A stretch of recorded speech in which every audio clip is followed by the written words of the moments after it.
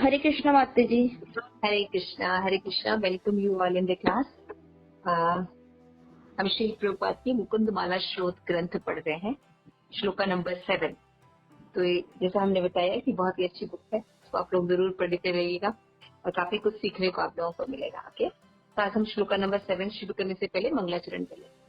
आज का जो दिन है वो बहुत ही ऑस्पिशियस है। आज भक्ति सिद्धांत सरस्वती ठाकुर का अपीयरेंस डे है।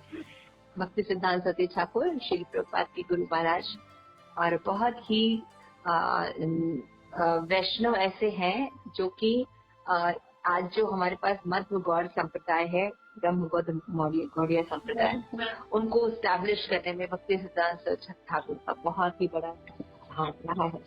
उन्होंने ही सारे जो प्रिंसिपल्स हैं, सारी बुक्स हैं और सब चीज को जो ऑथराइज्ड वे में करना, इस मिशन को आगे बढ़ाना, भक्ति विनोद ठाकुर के जो सपने थे उनको यथार्थ रूप में फॉलो कराना, क्योंकि उस समय हमारा जो भारत था वो अंग्रेजों के शासन में था, तो इट इज वेरी डिफिकल्ट। लेकिन आप जानते हैं भगवान की कृपा जिस पर होती है वो कुछ भी कर सकते हैं। और उसका उस समय का जो इंडियन समाज था वो जितने भी अप संप्रदाय हैं उनसे भरा पड़ा था, यानी नॉन प्रिंसिपल जो प्रिंसिपल होते हैं उनसे भटक जाते हैं लोग और आप संप्रदाय बना लेते हैं अपने मन से। तो जो रियल वैष्णव कल्चर था वो लुप्त हो चुका था, उसको फिर से भक्ति सिद्धांत सरस्वती ठाकुर ने स्टैब्लिश किया। बहुत ही ज्यादा ही विद्वान थे और भगवान के मंजरी में से एक थे। भक्ति विनोद ठाकुर ने इनसे प्रे किया था भगवान श्री जगन्नाथ जी से, तो विमला प्रसाद नाम इनका पड़ा था, क्योंकि आप जानते हैं जगन्नाथ जी में विमला जी का मंदिर है और जब जगन्नाथ जी को भोग ऑफर होता है तो उसके बाद विमला देवी को यानी दुर्गा देवी को ऑफर होता है, उसके बाद प्रसाद डिस्ट्रीब्यूट किया जाता है। तो भक्ति विनोद ठाकुर जब जाते थे तब विमला देवी से बोलते थे कि हमें एक ऐसा पुत्र दीजिए जो चैतन्य महाप्रभु के मिशन को फिर से रीस्टैब्लिश कर सके। तो वैसे ही पुत्र उनको प्राप्त हुए थे। उनका नाम जो दीक्षित नाम था वो है भक्ति सिद्धांत, है ना। भक्ति सिद्धांत उनको टाइटल दिया गया था क्योंकि उन्होंने सिद्धांत को स्टैब्लिश किया, जो गौड़िया वैष्णव सिद्धांत है उनको सारा स्टैब्लिश किया, एक विजन दिया, आश्रम मेंटेन किए, संन्यास आश्रम मेंटेन किया, ऐसे करके वैष्णव कल्चर को उन्होंने पूरा स्टैब्लिश किया, बुक्स लिखे। इस तरह से भक्ति सिद्धांत सरस्वती ठाकुर ने ब्रह्म मध्य गौड़िया संप्रदाय को एक ऑथेंटिक वे में प्रेजेंट किया और वो चाहते थे कि इसका प्रचार पूरी दुनिया में हो। भगवद गीता, श्रीमद् भागवतम जो एज इट इज है उसका प्रचार हो, उसके लिए उन्होंने श्रील प्रभुपाद को आदेश दिया था। तो श्रील प्रभुपाद ने इस्कॉन की एस्टेब्लिशमेंट करके पूरे विश्व में गौरांग महाप्रभु की कृपा से कृष्ण कॉन्शियसनेस का प्रचार। आज उनका आविर्भाव दिवस है, अभी 12 बजे उनकी आरती होगी, तो हम लोग पढ़ लेते हैं ये श्लोका नंबर 7। होम ज्ञानतिमिरान्धस्य ज्ञानाञ्जनशलाकया चक्षुरुन्मीलितं येन तस्मै श्रीगुरवे नमः। श्रीचैतन्यमनोभीष्टं स्थापितं येन भूतले स्वयं रूपकदां ददाति सत्पदान्तिकम्। हरे कृष्ण कृष्ण कृष्ण हरे हरे, हरे राम राम राम हरे हरे। मुकुंदमाला ग्रंथ की जय, श्री प्रभुपाद की जय, निताई गौर प्रेमानंदे।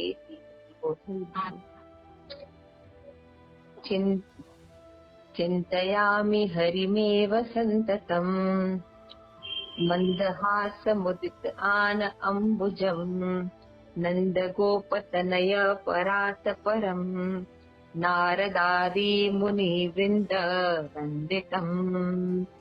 चिन्तयामि हरिम् एव सन्ततम्, मन्दहासमुदित आनन अम्बुजम्, नन्दगोपतनयम् परात परम्, नारदादि मुनिवृन्द वन्दितम्। तात्पर्य अनुवाद श्री प्रभुपाद की जय। मैं सदैव भगवान हरि का चिंतन करता हूँ। चिंतयामि हरिमेव संततम, मैं सदैव भगवान हरि का चिंतन करता हूँ, जिनके कमल समान प्रसन्न मुखमंडल में मृदु मुस्कान बनी रहती है। यद्यपि वे नंद गोप के पुत्र हैं, वे परम पुण्य सत्य भी हैं, जो नारद जैसे महान मुनियों द्वारा पूजित है। तो आइए पढ़ते हैं तात्पर्य। सब लोग थोड़ा थोड़ा पढ़ लीजिएगा। जी मैम। यस, आस्था शुरू कीजिए। जी।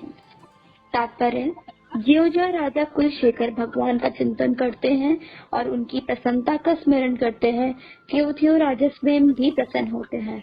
भगवान कृष्ण नित्य प्रसन्न रहते हैं, किंतु बुद्ध आत्मा अधिकांशतया दुखी रहता है। जब हम अपनी आध्यात्मिक प्रकृति की विस्मृति में जीवन बिताते हैं, तो हमारा तथाकथित आनंद भी भ्रम ही होता है, जो असंतोषजनक क्षणिक सुख, चपल सुख है। कवि गोविंदास अपने गीत भजोरे मन में इसे इस प्रकार व्यक्त करते हैं। किसी की धन, युवावस्था, पुत्रों तथा पारिवारिक जनों पर क्या भरोसा। ये जीवन कमल की पंखुड़ी पर इधर उधर हिलती डुलती जल की बूंद के समान है। इसलिए आपको सदैव भगवान हरि के दिव्य चरणों की सेवा करनी चाहिए। एक अन्य वैष्णव कवि नरोत्तम दास ठाकुर ने परमेश्वर की प्रसन्नता का वर्णन श्री चैतन्य महाप्रभु तथा नित्यानंद प्रभु को संबोधित एक गीत में इस प्रकार किया है। हा हा प्रभु नित्यानंद प्रेमानंद सुखी, कृपावलोके न करो आमी बड़ो हो दुखी। हे प्रिय नित्यानंद प्रभु, आप सदैव आध्यात्मिक आनंद में प्रसन्न रहते हैं। चूँकि आप सदैव प्रसन्न प्रतीत होते हैं, इसलिए मैं आपके पास आया हूँ, क्योंकि मैं अति दुखी हूँ। यदि आप मुझ पर कृपा दृष्टि डालें तो मैं भी सुखी बन जाऊँ। ठीक है, यमुना माता की। इस स्थिति में राजा कुलशेखर अपने आप को ईश्वर की स्वयं स्थिरत प्रेमावस्था में मानते हैं, जिसमें बस औपचारिक अनुष्ठान तथा स्तुतियों से ऊपर उठकर सदैव भगवान हरि के बारे में चिंतन करता है। भक्ति में सेवा में सोचकर यह की मानदंड है। भगवान का ऐसा अनवरत स्मरण कर उनके नाम के निरंतर कीर्तन द्वारा ही संभव है। जैसे कि श्री चैतन्य महाप्रभु अपने शिक्षाष्टक में स्तुति करते हैं, कीर्तन यह सदा हरि। मनुष्य को सदैव भगवान का हरि नाम कीर्तन करना चाहिए। इस तरह वो भगवान कृष्ण के सुख में सदैव सुखी रहेगा। सदैव वर्धमान समुद्र आनंद राम बुद्धि वर्धन की भांति भगवान का सुख भी सदैव बढ़ाता जाता है, और जीव इस सागर में डुबकी लगाने के निमित्त बना है, क्योंकि उसका मूल स्वभाव भगवान के संपर्क में रहकर सदैव आनंद मग्न रहना है। राजा कुलशेखर जब भगवान कृष्ण का वर्णन नंद गोप के पुत्र रूप में करते हैं, तो वह कृष्ण भावनामृत से असीम सुख का ही संकेत करते हैं। कृष्ण वैकुंठ के स्वामी और वे चतुर्मुख के रूप में, पुरुष अवतारों के रूप में तथा अन्य अनेक रूपों में अपना विस्तार करते हैं, किंतु उनका आदि रूप गोलोक वृंदावन में ग्वाल बाल का रूप है। इस जगत में वृंदावन धाम में यहाँ के अपने शुद्ध भक्तों को प्रेम का आदान प्रदान करने आए, क्योंकि ये भक्त उनके मुख्य माता पिता तथा प्रेमी करने के अभिलाषी थे। वह अंतरंग विधियों से भगवान की सेवा करना चाहते थे, और वह इसे सभी पूर्ण कर्म संचित करके ही अंततः पूरा कर सके, जैसा कि श्री प्रभुपाद ने कृष्ण नामक ग्रंथ में कहा है। दूसरे शब्दों में जब उन्होंने अनेक जन्मों तक सेवा करके भगवान के प्रति अपनी प्रेमा भक्ति पूर्ण कर ली, तो भगवान उनके साथ उनके विशिष्ट रस का आदान प्रदान करने के लिए स्वयं प्रकट हुआ। आगे पढ़िए गौरी। कृष्ण ने नंद के पुत्र में क्रीड़ा करते हुए आनंद लिया। उदाहरणार्थ कृष्ण कभी कभी अपने सिर पर अपने पिता की खड़ाऊ रखकर अपने माता पिता को प्रमोदित करते थे। इस तरह एक सामान्य बालक करता है। तथा कृष्ण ने द्वारका में भी अपनी भव्य लीलाओं का आनंद उठाया, जहाँ वे 16,108 महलों में उतनी ही संख्या में रानियों के साथ अद्वितीय ऐश्वर्य में रहे।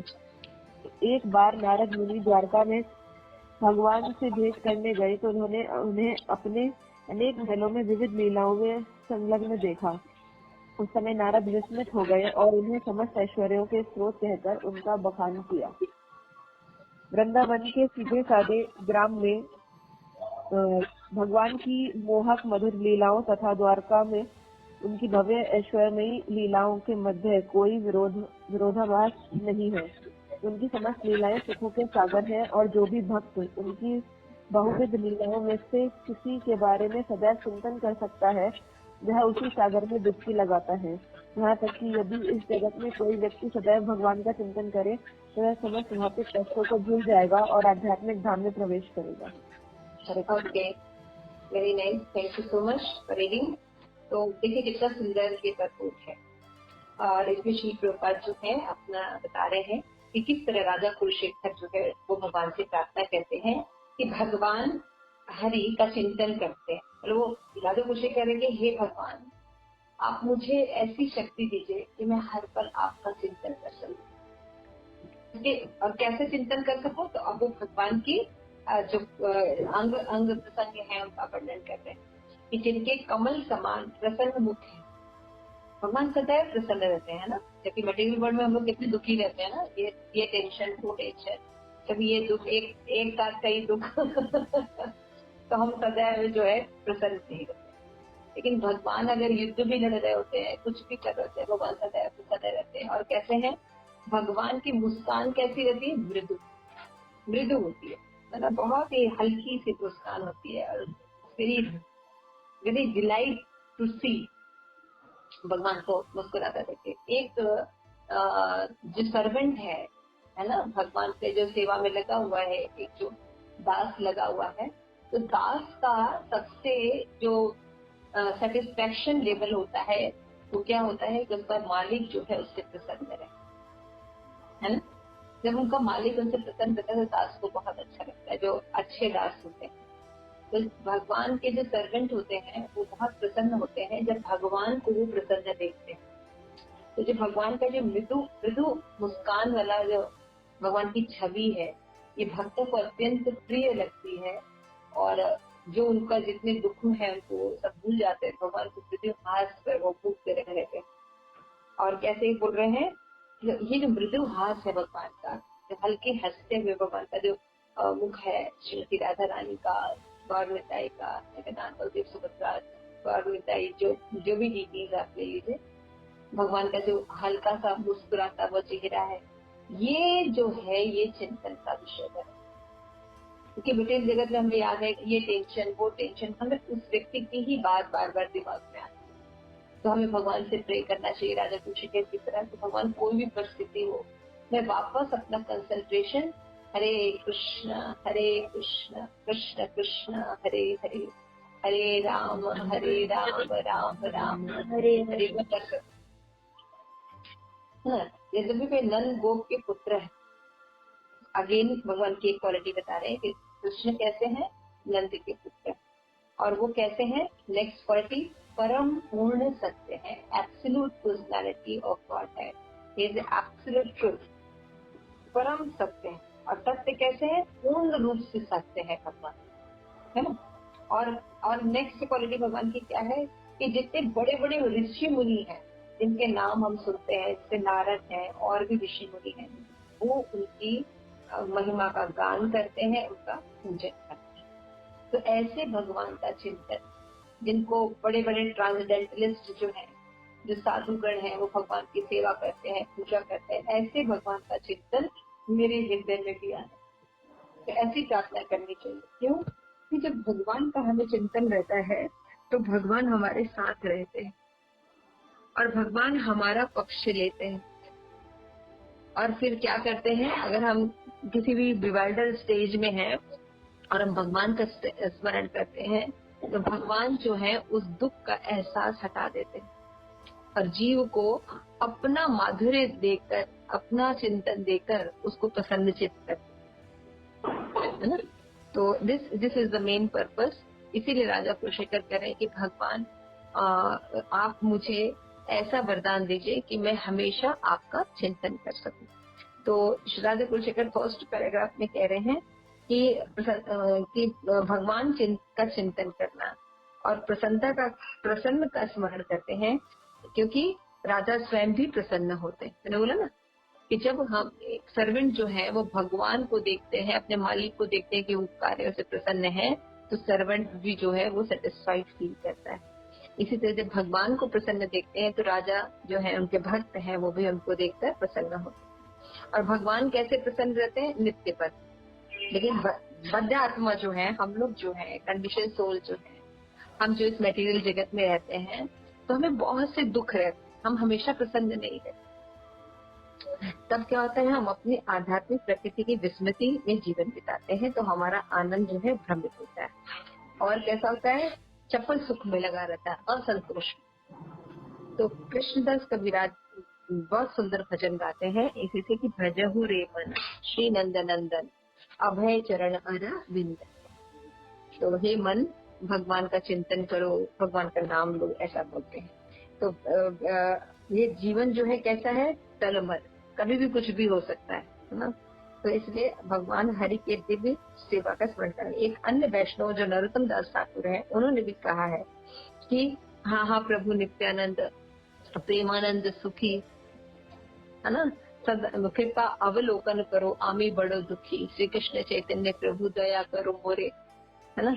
ये भजन है, बहुत सुंदर भजन है नरोत्तम दास ठाकुर का कि हे नित्यानंद प्रभु आप सदैव प्रसन्न रहते, और आप जो प्रसन्न रहते हैं तो आप क्या कीजिए, कृपा अवलोकन कीजिए। क्यों?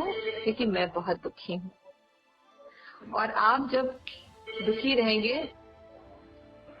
आप जो है सदैव आध्यात्मिक आनंद में रहते हैं, तो आप सदैव प्रसन्न रहते हैं। इसलिए आपके पास आया हूँ और मैं देखता हूँ कि मैं अति दुखी हूँ, यदि आप मुझ पर कृपा डाल दें तो मैं भी सुखी बन जाऊंगा। तो जो सुखी होता है वो दूसरों को भी सुख प्रदान कर सकता है ना। हम सभी उस व्यक्ति का संग करना चाहते हैं जो सदैव प्रसन्न होता है, राइट? सही बात है ना। हरे कृष्ण, है ना। पूनम, हरे कृष्णा, किसका संग करना चाहोगे? जो हमेशा रोते रहते हैं उनका संग करोगे, जो हंसमुख रहते हैं उनका संग करते हैं, जो पॉजिटिव रहते हैं? हसमुख माता जी। हाँ, जो हंसमुख रहते हैं, पॉजिटिव रहते हैं, हम उनका संग पसंद करते हैं ना। क्योंकि हम जब नेगेटिव कंडीशन में हो जाते हैं, क्योंकि मटेरियल जगत में हमेशा कोई ना कोई दुख रहता है, विरोध रहता है, तो हम जब कोई हमारे पॉजिटिव होता है, प्रसन्न रहता है, तो उसका संग करते हैं तो हम खुश हो जाते हैं। तो यहाँ पे नित्यानंद प्रभु जो साक्षात बलराम है, चैतन्य महाप्रभु सदैव प्रसन्न रहते हैं, तो उनसे रिक्वेस्ट करते हैं कि हम लोग बहुत दुखी हैं, कृपया आप हमें देखिए, कृपया अपनी दृष्टि डालिए, ताकि हम भी जो है वो सुखी बन जाए, क्योंकि हम बहुत दुखी हैं। तो इस तरह से हमें प्रार्थना करनी चाहिए, है ना। तो भगवान सुखी है और दूसरों को भी सुख प्रदान कर सकते हैं, और किसी के अंदर ये क्वालिटी नहीं, है ना। तो इसलिए हमें सही दिशा में प्रयास करना चाहिए। अगर हम सुखी होना चाहते हैं, अच्छा लगना चाहते हैं, तो हम क्या करें, वैसे करें। इसी तरह शिक्षा में कीर्तनीय सदा हरि, चैतन्य महाप्रभु ने कहा। इसलिए आप देखिए बहुत से शास्त्रों में बताया कि जो मन जो है वो इंद्रियों का स्वामी होता है। अगर मन भगवान में लग जाए तो बाकी आंख, नाक मुंह सब जो है भगवान की सेवा में लग जाए। इसलिए मन को कृष्ण में लगाने के लिए कहा जाता है। और मन जो है, भगवान ने भगवत गीता में कहा है, सभी इंद्रियों में मन मैं हूं। यानी मन जो है वो सतोगुणी होता है, लेकिन मटेरियल वर्ल्ड में रहने के कारण कंटामिनेटेड हम कर देते हैं उसको। लेकिन मन जो है वो सतोगुणी होता है। जब मन का क्रिएशन किया गया तो मन सतोगुणी होता है ना। और तो मन को भगवान की भक्ति में ही आनंद आता है। तो जब उसको भगवान कृष्ण की भक्ति मिलती है ऑथराइज वे में, तब वो जाके प्रसन्न हो जाता है। और साइंस क्या है कि हम अगर आंख को, नाक को, कान को भगवान की लीला में सुनने में, देखने में लगाएं तो हमारा मन नहीं लगता।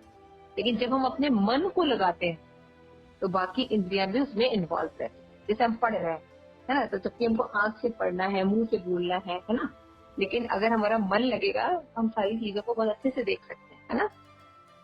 अब ऑटोमेटिकली लगा रहेगा, राइट? जी माता जी। हाँ। तो राजा कुलशेखर जब भगवान कृष्ण का वर्णन नंद गोप के रूप में करते हैं कि भगवान आप कौन है, तो पूरा वंशावली भगवान का दिया गया। ऐसा नहीं कि मन गणन कोई बातें लिखी गई। तो भगवान के जो नंद बाबा के जो पुत्र हैं, जिन ग्वाल बाल के रूप में, है ना, तो ये इंडिकेशन होता है कि वो शुद्ध वैष्णव है। भगवान को ग्वाल बाल के रूप में भगवान का स्मरण करते हैं, क्योंकि उत्कृष्ट माधुर्य रस है भगवान, जो भगवान का ग्वाल बाल रूप है, या भगवान का जो गोलोक धाम में भगवान जैसे रहते हैं किशोरावस्था में, किशोर किशोरी, ये भगवान का सर्वश्रेष्ठ रूप है। तो उस रूप का वो चिंतन करते हैं और कहते हैं कि सभी पुण्य कर्म संचित करके श्री प्रभुपाद ने कृष्णा नमक बुक ग्रंथ लिखा था, और इस ग्रंथ में अनेक जन्मों तक सेवा करके भगवान के प्रति प्रेमा भक्ति पूर्ण कर ली, तो भगवान उनके साथ उनके विशिष्ट रस का आदान प्रदान करने के लिए स्वयं प्रकट होते हैं, ऐसा वर्णन। हम देखते हैं कृष्ण बुक में, हम देखते हैं तो भगवान के अलग अलग भक्त हैं, कोई दास्य भाव में है, कोई वात्सल्य भाव में रहता है ना, और कोई माधुर्य भाव में भगवान के साथ रिलेशन रखता है। तो भगवान से रिलेशन रखना चाहिए, है ना। या हम भगवान को, प्रभुपाद कहते हैं अगर आपको कोई रस समझ में नहीं आता तो आप ये सोचा कि भगवान आपके मास्टर हैं और आप उनके मालिक, वहाँ भगवान मालिक है, हम उनके दास हैं। इस भाव से शुरू करना चाहिए। तो कृष्ण से नंद के पुत्र के रूप में क्रिया करते हुए बहुत आनंद आता है। भगवान की कितनी सुंदर सुंदर लीलाएं है ना, कैसे भगवान माखन चुराते थे, कैसे वस्त्र चुराते थे, है ना, कैसे भगवान जो है, इसमें जो वर्णन है कि भगवान जब छोटे से थे तो क्या करते थे, नंद बाबा के खड़ाऊ लेके अपने सर पे रख लेते थे। नंद बाबा कहते थे जा मेरी चप्पल लेके आ, तो भगवान नंद बाबा का चप्पल अपने सर पर रख कर लेके आते थे। तो देख के बाबा बहुत प्रसन्न और आराधित हो गए। भगवान इतने सुंदर थे और इस तरह की लीलाएं करते होंगे, आप देखिए कितना कितना आनंद मिलता होगा, है ना। तो उन लीलाओं को याद कर रहे हैं, स्मरण कर रहे हैं, और फिर कह रहे कि जब भगवान बड़े हो गए, चले गए, और जब द्वारिका में गए वहां पे उन्होंने कितना किया, अमेजिंग 16,108 रानियों से भगवान ने विवाह किया। तो मैं यहाँ पे ये नहीं समझना चाहिए कि मटेरियल वर्ल्ड में भी तो लोग करते हैं, कहते भगवान जो कार्य करते हैं वो दिव्य स्तर पर होते हैं। आप अगर पढ़ेंगे श्रीमद् भागवतम में कि उनके जो महल होते थे, जितने भी रानियों के महल, वो अलग अलग प्रकार के चिंतामणि नामक रत्नों से और भी रत्नों से बने होते थे। वहां पे सूरज और चांद प्रकाश नहीं करते थे, है ना, वहां पे मणियों का प्रकाश रहता था, सोचिए। और जो सीजन्स होते थे वो अकॉर्डिंग टू उस महल में जो भी रानी होती थी, हेड ऑफ होती थी, सत्यभामा होती थी, उनके मन के अनुसार सीजन आता था है ना। तो फ्रूट्स थे, बगीचे थे, मतलब एवरीथिंग इज वेरी इलेबोरेटेड। तो वो पॉसिबल ही नहीं है किसको इस तरह का क्रिएट कर पाना या इस तरह का सुख प्रदान कर। भगवान इतनी रानियां थी लेकिन कोई भी रानी की कोई भी प्रॉब्लम नहीं थी, सब प्रसन्न थी। और हम मटेरियल वर्ल्ड देख रहे हैं कि लोग अगर पत्नियां भी रखते हैं तो लेकिन उनको सेटिस्फाई नहीं रख पाते, लेकिन भगवान हर जीव को सेटिस्फाई कर सकते हैं। तो इस तरह अद्भुत लीलाओं में भगवान का हमें ध्यान करना चाहिए। रुक्मिणी द्वारकाधीश के रूप में भगवान का ध्यान करना चाहिए, रिड्ड गोपाल के रूप में भगवान की अलग अलग लीलाएं करना चाहिए। किस तरह भगवान जो है गाय का पूंछ पकड़ लेते थे, है ना, आप लोगों ने पढ़ा है कृष्ण बुक में डर के मारे गाय का पूंछ पकड़ा और गाय जो है घबरा जाती थी और खींचती हुई लेके जाती थी, और भगवान साथ साथ में लौटते पोड़ते रहते थे, सारे लोग हंसते रहते थे देख के इस तरह से भगवान की माखन चोर की लीलाएं हैं, और भी बहुत सी लीलाएं हैं भगवान की, तो इतनी मधुर लीलाएं हैं। तो जीव का जब इन लीलाओं में स्मरण चला जाता है तो जीव जो है दुख को भूलकर आनंदित होता है। तो ये जीवन जो है हमारा, जो मटेरियल जगत है जिसमें हम रह रहे हैं, इसमें दुख ही दुख है। कभी इसके साथ प्रॉब्लम, कभी उसके साथ प्रॉब्लम, कभी पड़ोसी के साथ प्रॉब्लम, कभी रिश्तेदारों के साथ प्रॉब्लम, और कभी एपिडेमिक आना, कभी बीमारी आ जाना, कभी मृत्यु के बारे में पता चलना। मतलब हर समय हम दुखी रहते हैं और चारों तरफ दुखी दुखी, क्योंकि इसको क्या कहते हैं, मृत्यु लोक, है ना। सुना है गौरी, सुना है आपने मृत्यु लोक? नहीं माता जी, मतलब सुना है पर यहाँ पे इस लोक को मृत्यु लोक कहते हैं ये नहीं पता। हाँ, इस जगत को मृत्यु लोक कहते हैं। मतलब हर क्षण कुछ न कोई नहीं मरता रहता है।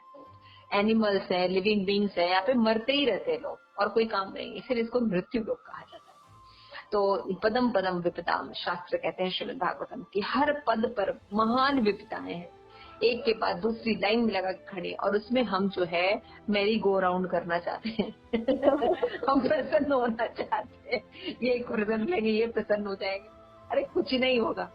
तो यहाँ पे प्रोसेस दिया है संतों ने कि बाई द वे आपने बैड बार्गेनिंग कर ली है तो बेस्ट यूज आप क्या कर सकते। तो हरि का स्मरण, तो हरि का स्मरण कैसे करना, खाली बोलना नहीं है, हमें भगवान से पहले प्रार्थना करनी कि भगवान आप अपना स्मरण दीजिए, और दूसरा फिर भगवान के अंग कांति को देखना, भगवान की मुस्कान को देखना, भगवान के त्रिभंग ललित को देखना, भगवान की लीलाओं के बारे में कोई स्मरण करना।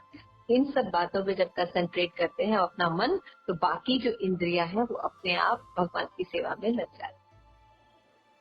तो इस तरह से हम भगवान का चिंतन करते हैं। उसका लाभ क्या है, अगर हम इस तरह से करते हैं वृंदावन की लीलाओं को या ऐश्वर्य लीलाओं को, भगवान का चिंतन करते हैं, तो क्या होगा? तो इस जगत में व्यक्ति सदैव भगवान का चिंतन करे तो समस्त भौतिक कष्टों को भूल जाएगा। ये है फलश्रुति। गुरुशिखर क्या बता रहे हैं? अगर आपको कष्ट है, अगर आप लोग कष्ट में हैं किसको किसको कष्ट है? कष्ट है किसी को कि सब सुखी हैं? ओके, लगभग सबको कष्ट होता ही है। तो अगर इस कष्ट से आपको मुक्ति चाहिए, टेम्परेरी मुक्ति नहीं चाहिए कि थोड़ा सा अल्कोहल ले लिया, थोड़ा घूमने चले गए, फिल्म देख लिया, मोबाइल पे लगे रह गए, किसी फ्रेंड से दुखड़ा गा रहे हैं, ये उससे दुख और बढ़ता है, उससे दुख घटता नहीं है ना? दुख कब कम होता है? जब हम भगवान की भक्ति में अपना मन लग, हम अपना शिफ्ट कर लेते हैं टेंशन दिव्यता की तरफ, परम दृष्टि वाले बरतते, तब निम्न रस जो है अपने आप छूट जाता है। श्रीमद् भगवत गीता में बताया। तो भौतिक कष्टों, ये मेटेरियलिस्टिक जो हमारे पास दुख है, इनको अगर भूलना है तो हमें क्या करना है? भगवान का स्मरण करना। और जब हम भगवान का स्मरण करेंगे तो हम कहाँ प्रवेश करेंगे? आध्यात्मिक धाम में, गोलोक धाम, जो कि हमारा अपना निवास स्थान है, हम वहाँ पे प्रवेश करेंगे। तो देखिए, केवल भगवान का स्मरण करने से कितने फायदे हैं। यहाँ पे भी फायदा और जीवन के बाद का भी फायदा बताए। तो क्या करना चाहेंगे आप लोग? चिंतयामि हरिमेव सततम, करेंगे ना? चिंतयामि हरिमेव सततम। हरे कृष्णा। किसी का कोई प्रश्न है? ओके, सब बात समझ में आ गई सबको? तो ठीक है, आप लोग से मैं रिक्वेस्ट करूंगी कि आज की क्लास का जो भी इम्पोर्टेंट पॉइंट लगा है आप लोग उसको बताइए। तो कौन शुरू करेगा? Gauri, you want to say one point, any one point?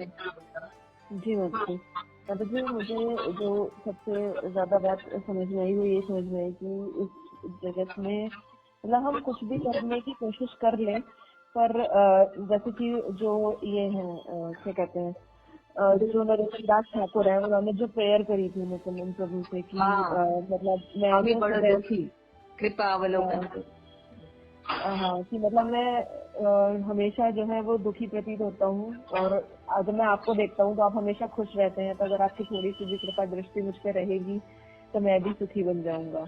Very right, very right. ये करना मतलब जैसे यहाँ पे लिखा है कि भगवान का हमेशा स्मरण करना चाहिए, और उसका ये बताया कि जब भगवान का नाम लेते तो उससे हमारा सुख का आनंद, मतलब सुख हमारा बढ़ेगा। जैसे हम आप कह रहे थे कि हमें सुखी व्यक्ति का संग करना पड़ेगा, तो भगवान का नाम लेके हम भगवान का एक तरह से संग कर रहे हैं। Yes, very right. Hare Krishna Krishna Krishna Hare Hare, Hare Ram Ram Ram Hare. Very nice, very nice. Yes Astha, any point बेटा?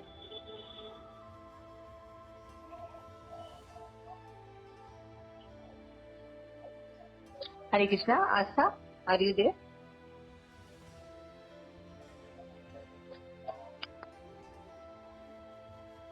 ओके यशी, अभी लाइन पे कौन कौन है बेटा? मुझे तो पता नहीं चल रहा, आस्था माता जी का कॉल आया। माता जी होंगी शायद, या तो म्यूट होगा उनका कॉल, क्योंकि उन्होंने कॉल किया था हमें। हरे कृष्णा माता जी। हरे कृष्णा जी। सॉरी माता जी, कोई बात नहीं, आज की क्लास फिर हम यहीं से समाप्त करते हैं। आपको कुछ कहना है? कोई पॉइंट आपको अच्छा लगा? माता जी, यस माता जी, आपने जैसे बहुत नया पॉइंट बताया, पता नहीं कि आपने बताया कि जो मन है वो सतुगुणी है। नेचुरली भगवान ने हमारे मन को सतुगुणी बनाया है। तो मटेरियल वर्ल्ड में आके जैसे हम इधर उधर थोड़ा भौतिक प्रक्रियाओं में इन्वॉल्व हो जाते हैं, तो इस वजह से वो कंटामिनेट हो जाता है। पर जैसे हम उस मन को, अपने आप को भगवान की सेवाओं में लगाते हैं, तो हमारा मन बिल्कुल खुश हो जाता है, और हम भी अंदर से खुश हो जाते हैं। तो बिल्कुल ऐसा लगता है कि यहाँ मन है हमारा, एक्चुअली इसी में लगता है। आपको ऐसा आपको एक्सपीरियंस होता है? यस मारिया, तो बहुत फील होता है। किसी के भक्तों के संग में जब हम सुनते हैं कथा, या फिर मंदिर में जाके हम श्रवण कीर्तन करते हैं, तो बहुत अनुभूति होती है। Very very nice. Poonam, any point बेटा? Poonam is there?